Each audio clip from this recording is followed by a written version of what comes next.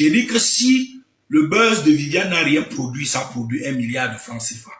Et je me base sur ce que Wax de lui-même m'a dit un jour, lorsque j'étais à Yaoundé au spectacle de Moustique le charismatique. Je continue à parler à Maman Lolita, la baronne. J'ai dit, Maman Lolita, si tu vas avoir des informations, il faut venir à la source. Tu as contacté tout le monde, tu as parlé avec tout le monde, mais tu n'as jamais parlé avec Rancémé. Et je suis déçu aujourd'hui que tu me traites de méchant, alors que c'est moi la victime, alors que c'est moi qui subis. C'est ce qui se passe souvent quand on est en situation de faiblesse et de vulnérabilité. Très souvent, la victime est transformée en coupable. Et c'est une situation regrettable. Mais toi qui es une grande femme censée défendre le faible, tu ne dois pas te tenir du côté des forts. Car ceux que tu es en train de protéger, c'est eux qui détiennent l'argent. C'est eux qui ont le pactole. Et je ne suis pas en train de mâcher ma langue. On ne parle pas de 20 millions. 20 millions, c'est quoi? J'ai dit que si le buzz de Viviane n'a rien produit, ça produit 1 milliard de francs CFA. Et je me base sur ce que Wax de lui-même m'a dit un jour, lorsque j'étais à Yaoundé au spectacle de Moustique le charismatique, où on m'avait invité lors des premières heures du buzz. Il m'a appelé parce qu'il y avait une sœur au Ghana qui avait repris ma chanson. Et il m'a dit qu'en une seule journée, ça a produit 30 000 $. Et il m'a dit, fais attention si c'est toi qui as vendu la chanson, parce que cette chanson, si ça ne t'a rien rapporté, c'est au moins 1 milliard de francs CFA. Et je suis sûr que cette chanson a rapporté beaucoup d'argent. Eux, ils se battaient pour faire des réclamations auprès de TikTok de presque 300 000 $. Hormis de ça, il y avait également les royalties et les droits d'auteur. Chaque fois, on vous a dit que les gens passaient à la caisse. Eux, ils passaient à la caisse pour faire quoi? Tous les artistes qui ont repris Viviane, que ce soit à l'international, vous-même, Maman Lolita, vous avez témoigné. À un moment donné, vous avez mis la pression sur Wax pour qu'on sorte là, pour qu'on fasse quelque chose avec des Bordeaux. Il vous a dit que non, il n'a pas le temps à ça. Il était en train de récupérer l'argent des droits d'auteur et des royalties. Il veut d'abord mettre l'argent ensemble. C'est vous qui avez parlé. C'est vous qui avez engagé le combat. Et plusieurs témoignages concordants de vos collègues internautes ont démontré clairement qu'il y a eu de l'argent qui a été touché de gauche à droite par les gens. Des pactoles qui a été touché par des personnes. Et ce pactole-là, moi je vous dis qu'en dehors du contrat d'Orange, où on m'a donné 800 000 et où j'ai mis mon carburant aller-retour, presque 100 000, payer ma chambre d'hôtel 2 jours et faire manger moi-même et tous les gars qui étaient avec moi jusqu'à mon retour.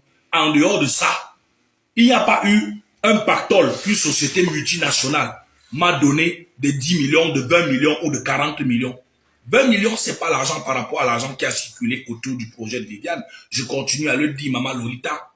Et je dis encore à tous les internautes de finir leur combat. Il ne s'agit pas de jeter à la verdict populaire qui que ce soit. J'ai dit ce que je pensais par rapport à mon frère Malox. Et lui aussi, il a lavé ses mains en disant ce qu'il avait à dire.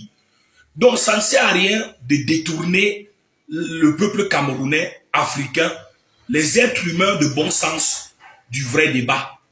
Je n'ai rien fait de mal. Comment je peux mettre en conflit les gens qui gèrent l'argent, les gens qui voient, c'est eux qui gèrent les plateformes, ceux qui traitent tout, ceux qui sont sur tous les réseaux. Moi, je fais quoi? Qu'est-ce que j'ai fait de mal? Donc, Maman Lolita, prenez vos responsabilités et agissez comme une grande femme. Et au lieu vraiment de raconter, de tirer, parce que vous êtes en train de tirer sur quelqu'un qui est dans une situation qui est à l'agonie.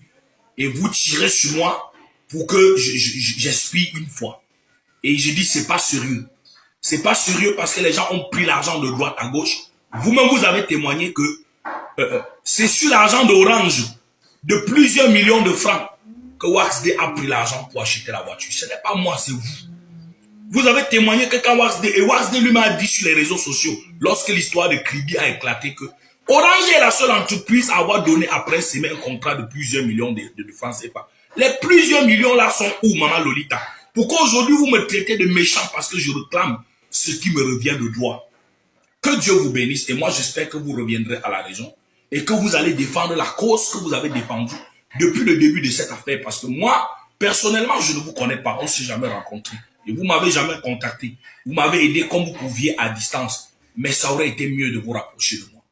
Que Dieu vous bénisse et que Dieu bénisse tous les internautes.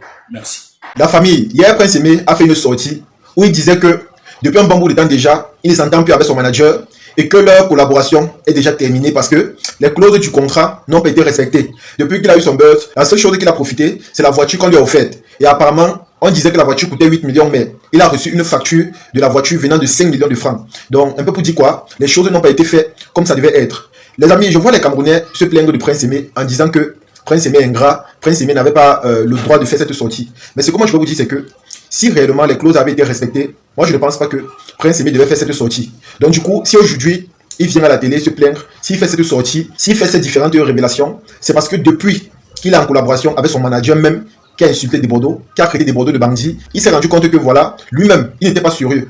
Il s'est rendu compte que toutes les promesses que son manager a faites n'ont pas été respectées. Raison pour laquelle, aujourd'hui, il fait ces différentes révélations-là. Alors, ce que moi je peux dire, c'est que moi, honnêtement, ça ne me surprend pas parce que j'ai fait des vidéos où j'ai parlé de ça, j'ai parlé de la mentalité camerounaise, j'ai parlé de ce qui allait se passer dans le futur. Parce que moi, je connais un peu comment nos frères camerounais se comportent. Je connais un peu où ils peuvent aller, je connais un peu les limites auxquelles ils sont dus.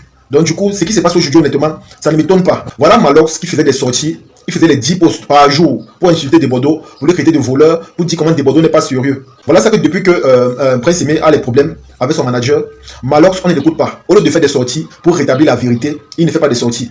Au lieu de défendre Prince Aimé, il ne défend pas Prince Aimé. Et je tiens également à préciser que lui-même, il a promis beaucoup de choses à Prince Aimé que jusqu'à aujourd'hui, on n'a pas vu. Il avait dit que Prince Aimé devait avoir un terrain de 500 mètres carrés, on n'a pas vu. Il avait dit que Prince Aimé devait avoir un iPhone, on n'a pas vu. Donc lui-même, il n'est pas sérieux.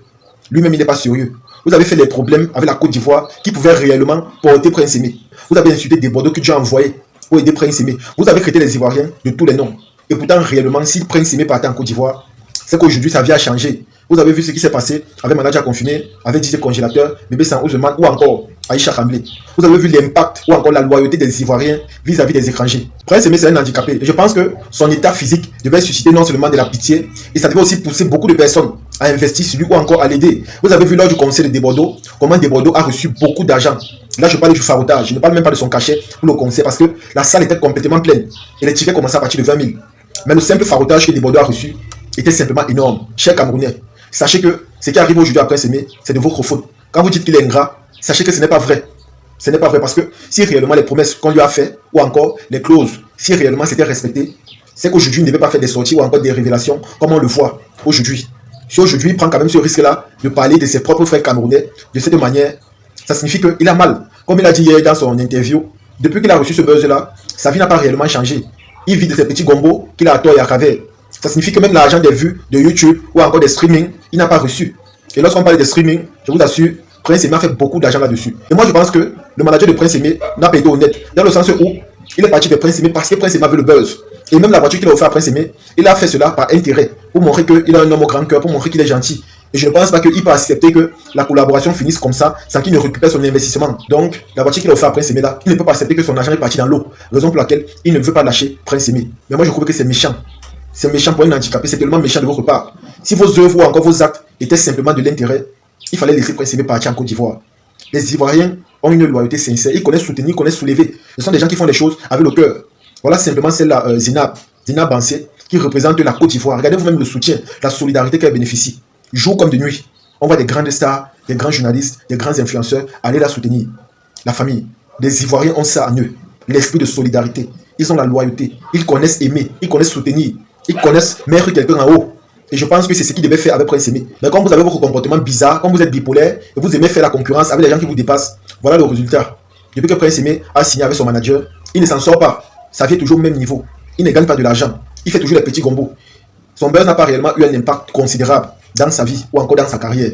Et pourtant, s'il partait en Côte d'Ivoire, je continue à le dire, s'il partait en Côte d'Ivoire, parce que les Ivoiriens l'attendaient. Les Ivoiriens attendaient le featuring ou encore le remix. Vous avez vu quand Bordeaux a posté le remix sur sa chaîne. À moins du jour, il a fait 1 million de vues. Imaginez si Prince Aimé partait en Côte d'Ivoire. Les simples spectacles qu'il devait faire. Il devait gagner beaucoup d'argent. Et j'ai vu beaucoup d'Ivoiriens manifester de l'empathie à son égard parce qu'il est handicapé. Imaginez un peu l'aide qu'il devait recevoir. Imaginez un peu les grosses chaînes de télé prestigieuses qui devaient inviter Prince Aimé. Imaginez un peu comment Prince Aimé devait s'en sortir financièrement après sa tournée en Côte d'Ivoire. Les amis, honnêtement, vous êtes méchants. Ce que vous avez fait à Prince Aimé, c'est simplement de la méchanceté. Sa vie aurait pu réellement changer. Bordeaux a impacté sa vie positivement. Et c'est Dieu qui est passé par Bordeaux pour soulever Prince Aimé. Mais Malox, avec sa bouche, avec son esprit de, on va dire quoi, d'égoïsme, il a voulu prendre l'affaire sur lui. Mais voilà ça qu'aujourd'hui ça a cuit. Il avait les mains, il ne parle pas. Il fait comme si ça ne le concernait pas. Et pourtant moi je vous ai parlé. Et ce qui me choque, c'est que quand je parlais, je faisais des vidéos, mes propres frères camerounais m'insultaient. Ils me traitaient de tous les noms. On me disait du n'importe quoi. Que je suis là, je suis un lèche-bot. Il fait tout ça pour avoir la visibilité. Il fait ça parce que je veux les abonnés ivoiriens. Et pourtant, vous disiez simplement la vérité. Vous n'aimez pas la vérité. On vous a dit simplement la vérité. Ça vous a dépassé à accepter. Moi, personnellement, je sais ce que les Ivoiriens devaient faire pour Prince Aimé. Je connais à quel niveau les Ivoiriens pouvaient soulever Prince Aimé. Je connais ce qu'ils pouvaient gagner. Voilà Aïcha Kamblé. Elle n'est même pas ivoirienne. Mais la manière que la Côte d'Ivoire a soulevé cette jeune fille, au point où elle a réussi sa vie, elle est partie dans son village construire une maison à sa maman, elle est partie dans son village offrir un tricycle à son frère, elle est partie faire des dons scolaires dans son village. Et aujourd'hui, Aïcha Kamblé voyage un peu de partout dans le monde entier, juste à travers la danse de ses épaules, qui ont fait en sorte qu'on a apprécié et on a décidé de la soulever au plus haut niveau. Une chose qu'on pouvait faire également pour Prince Aimé parce qu'en Côte d'Ivoire, on l'attendait. Les grandes chaînes de télé l'attendaient. Les hommes d'affaires, les hommes au grand temps, on attendait, on voulait le soutenir, on voulait le soulever, on voulait le remercier pour son inspiration, pour sa mélodie. Mais vous, en tant que Camerounais, vous avez commencé à les dérouter, à créer du doute en lui, à créer des choses que vraiment, au début, ce n'était pas ça. Et c'est comme ça que pour finir, il a fait le mauvais choix. Il a cru qu'en suivant Malox, sa vie devait réellement changer, ça devait avoir un impact sur sa carrière. Mais voilà ça qu'aujourd'hui, même Malox n'est plus avec lui. Son manager qui insultait des Bordeaux pour rien, sans aucune raison, lui-même il n'est plus avec lui. Il met plutôt les bateaux dans les roues, de telle sorte que Prince Aimé n'arrive plus à faire des shows ou encore des spectacles. Voilà ça qu'aujourd'hui, même son manager met l'argent sur ses revenus. Et pourtant, dès le départ, il était question que Prince Aimé devait recevoir tout l'argent de ses streamings dans son compte au Cameroun. C'est ce qu'il avait dit. Moi, aujourd'hui, ce n'est plus ça. Voilà ça qu'aujourd'hui, les Camerounais sont bipolaires. Et bizarrement, au lieu que les Camerounais acceptent qu'ils ont fait une erreur, au concret, ils sont en train d'écrire en commentaire que Prince Aimé est ingrat. Donc, selon vous, on n'est pas juste avec lui, on n'est pas correct. Les accords ne sont pas respectés. Et vous voulez quand même qu'il vienne témoigner bien. Vous voyez ça comment? Honnêtement, soyons sérieux. Soyons sérieux. Si Prince Aimé était à l'aise et que les contrats et les accords étaient respectés, c'est qu'aujourd'hui, Prince Aimé ne fait pas de sortie. C'est qu'aujourd'hui, Prince Aimé est reconnaissant. Mais s'il fait des sorties comme il fait là, c'est parce qu'il s'est rendu compte que non seulement son manager l'exploite, et j'ai aussi remarqué que son manager a pris son artiste à lui pour mettre en lumière sur le buzz de Prince Aimé. Même la tournée européenne là, on ne voit pas. Et pourtant, il dit qu'il est le manager. Les amis, c'est tellement choquant. C'est tellement choquant. S'il vous plaît, de grâce, reconnaissez que Desbordeaux a impacté la vie de Prince Aimé, il a impacté sa carrière, et que c'est la Côte d'Ivoire qui pouvait réellement soulever Prince Aimé. Au lieu de dire du n'importe quoi ou encore d'insulter les Ivoiriens, ou encore d'insulter Prince Aimé lui-même en disant qu'il est ingrat. Reconnaissez votre erreur parce que, de manière générale, c'est vous qui avez fauté dès le départ à travers Malox Kenfa, l'égoïste. C'est de ça qu'il s'agit. Ciao.